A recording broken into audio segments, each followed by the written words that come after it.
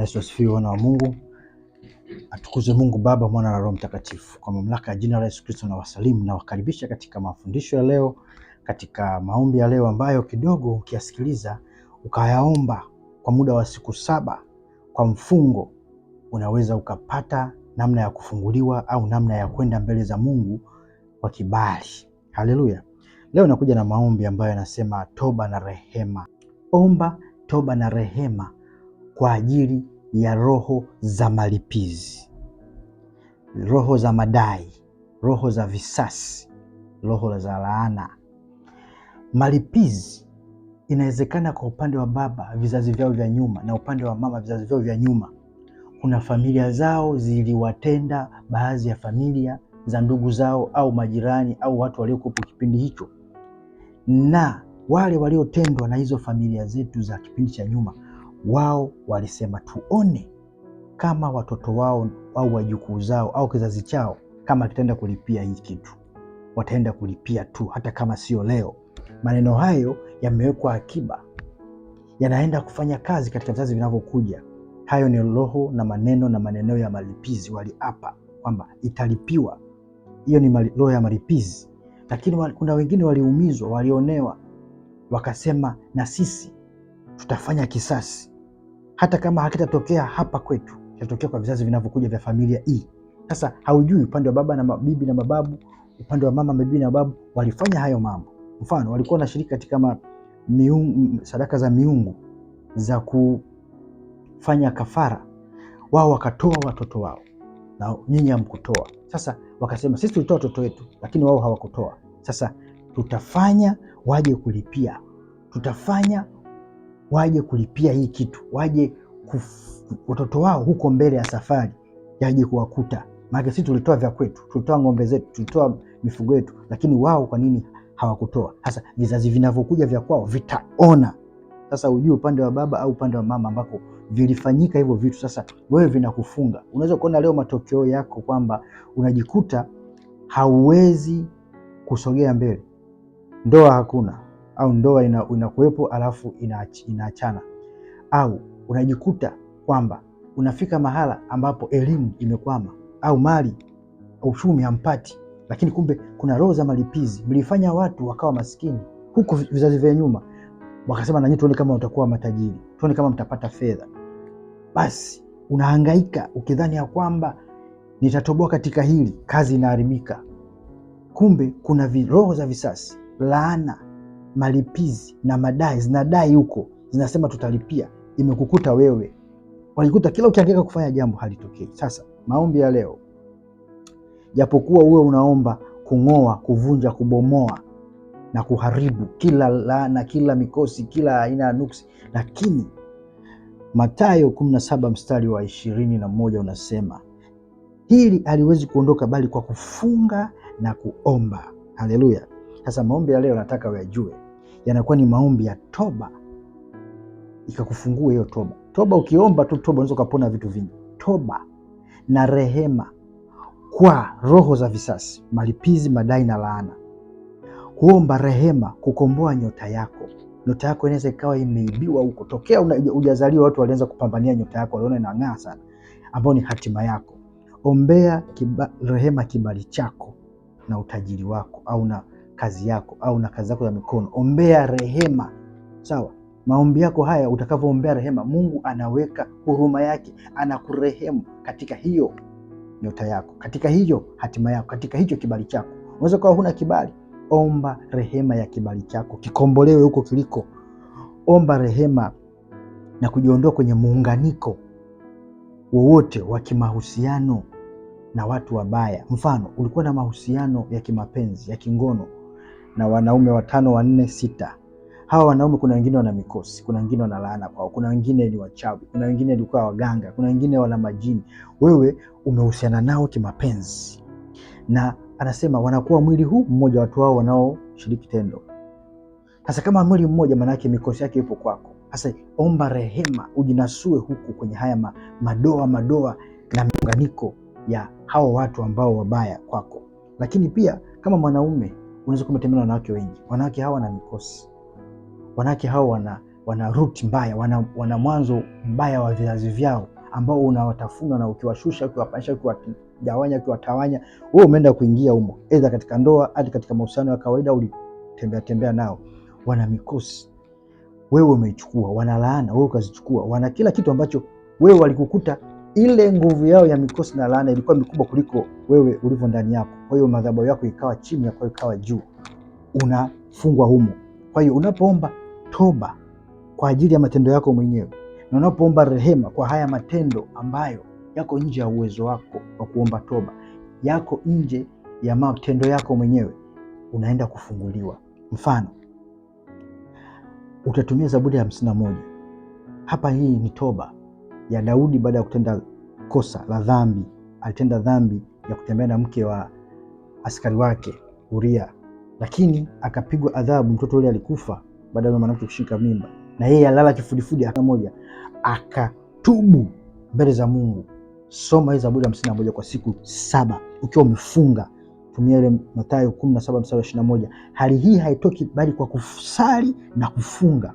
Omba toba na rehema kwa ajili ya roho za malipizi. Sema, Mungu Baba Mfalme, kwa jina la Yesu Kristo, ninaomba rehema kwa kila roho za malipizi zinazozifuatilia upande wa baba na upande wa mama, ambako watu wa kale, watu wa zamani walitenda matendo ambayo familia zilizoumizwa zilitaka kufanya malipizi kwenye uzazi wetu, kwenye vizazi vyetu. Ndio maana hatupokei, ndio maana hatupati. Tunaomba lakini bado tunakwama, kwa sababu kuna roho za malipizi na visasi zinaamka kila tunaponyanyuka.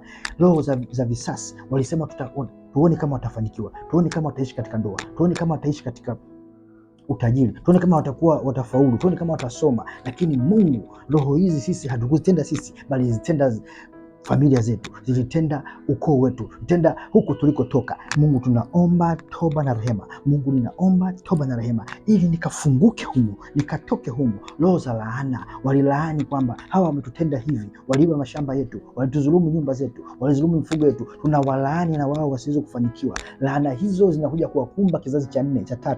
Basi sisi kama ndio kizazi hicho, Bwana, naomba toba na rehema kwa ajili ya laana hizo, kwa ajili ya familia za babu na mabibi ambao wao walitenda matendo hayo, yametuathiri sisi, pengine hata uzao wetu utaathirika. Tunakata hiyo roho, tunakata huo mnyororo ambao unatufuatilia katika familia zetu. Maana tumeona dada, bibi, shangazi, mjomba, wote wanafuatwa na mambo yale yale ambayo kama yanarithishwa. Kumbe ni laana za nyuma, ni roho za visasi za nyuma, roho za malipizi, roho za madai. Zinawadai mfanye kitu fulani, zinawadai mtende kitu fulani. Mfano, watu ambao mlikuwa mkienda kufanya matambiko, familia zenu za zamani zinafanya matambiko, zinachinja, zinatoa kafara, lakini ghafla wakakata watu mzizi huo, wakasema sisi tumeokoka, sisi tutamtegemea Mungu. Ni kweli tunamtegemea Mungu. Hali hii haitoki bali kwa kufunga na kuomba, bali kwa kusali na kuomba, bali kwa kusali na kufunga.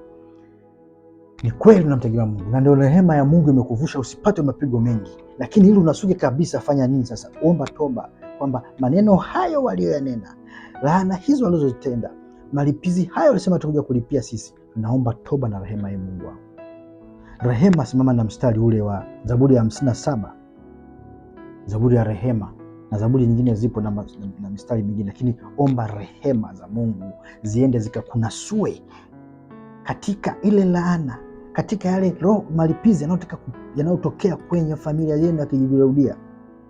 Mtu anaolewa mara 3, mtu anachumbiwa mara 3 lakini haolewi, mtu anapata kazi 4 zinakufa zote, mtu anasoma anarudia, anasoma anarudia lakini hafaulu. Kumbe malipizi mlifanya watu wakafeli siku za nyuma katika ukoo zenu. Wewe hujui. Ombea rehema mbele za Mungu, ombea rehema unasuke, pamoja na maombi yako hayo ya kusema navunja, na ng'oa, na bomoa kwa jina la Yesu, navunja. Lakini na maombi haya yanaenda kuongeza hapo, yanaenda kufanya ule mlango, ufanya ile breakthrough ikatokea, happen kwa ukubwa wake, kwa jina la Yesu Kristo. Pokea leo mafunuo hayo, pokea hayo mafunuo, kwa maana ya kwamba wengi wanaomba. Anasema nimechukua mstari huu kama ilivyonenwa katika kitabu cha Mambo ya Nyakati 2 mlango wa 7 mstari wa 14, ikiwa watu wangu walioitwa kwa jina langu watajinyenyekesha na kuomba. Anasema nimenyenyekea mbele zako Mungu, naomba unitoe katika laana hii, katika shida hii. Lakini hajaomba rehema Rehema ni nguvu za Mungu zenye huruma za kwenda kukunasua sehemu ambayo huwezi kunasuka. Haleluya, ubarikiwe mwana wa Mungu. Mafunuo haya, kuna watu wanataka kurudi katika huduma zao zimekufa. Sio zimekufa wakipenda, zimekufa kwa sababu ya hayo malipizi, laana, visasi ambavyo viliwafanya watu hawa wawe watumishi, lakini baadaye huduma zao zinakufa. Wanarudi kwenye vifungo vya zile laana na roho za malipizi. Mambo yanalipizwa kwao. Utasikia sisi kwetu lazima mtoto wa kwanza afe. Kumbe wanajua hicho kitu. Mtoto wa kwanza anakufa katika familia zao kwa sababu kuna roho ya malipizi, roho ya visasi ipo kwao, na wamekuwa wakiomba, sema nikisali makanisa mengi lakini sijafanikiwa, nimeenda hadi kwa waganga lakini nilikuwa sifanikiwi. Watu wanakufa tu, watoto wetu wanakufa tu. Hakuna hata mmoja hapa ambaye hajazika mtoto wa kwanza. Sisi kwetu kuna vita kweli kwenye lango, kwenye uzao wa kwanza? Hapana, kuna visasi. Omba toba na rehema kwa familia yako. Omba toba na rehema kwenye vizazi vyako. Omba toba na rehema kwa watoto wako. Omba toba na rehema kwa kazi yako. Omba toba na rehema kwa ajili ya kibali chako. Omba rehema kwa ajili ya nyota yako. Omba rehema kwa ajili ya kazi yako. Omba rehema kwa ajili ya mahusiano yako. Omba rehema kwa ajili ya chochote unachokifanya, kazi za mikono yako. Omba rehema. Mungu, naomba kibali chako katika kazi yangu. Naomba kibali chako katika ndoa yangu. Naomba kibali chako katika biashara yangu. Naomba kibali chako katika elimu yangu. Naomba rehema kwa ajili ya yote nayoyapitia. Mungu, sijui nani aliyatenda na kuja kunikamata mimi. Mungu, naomba rehema.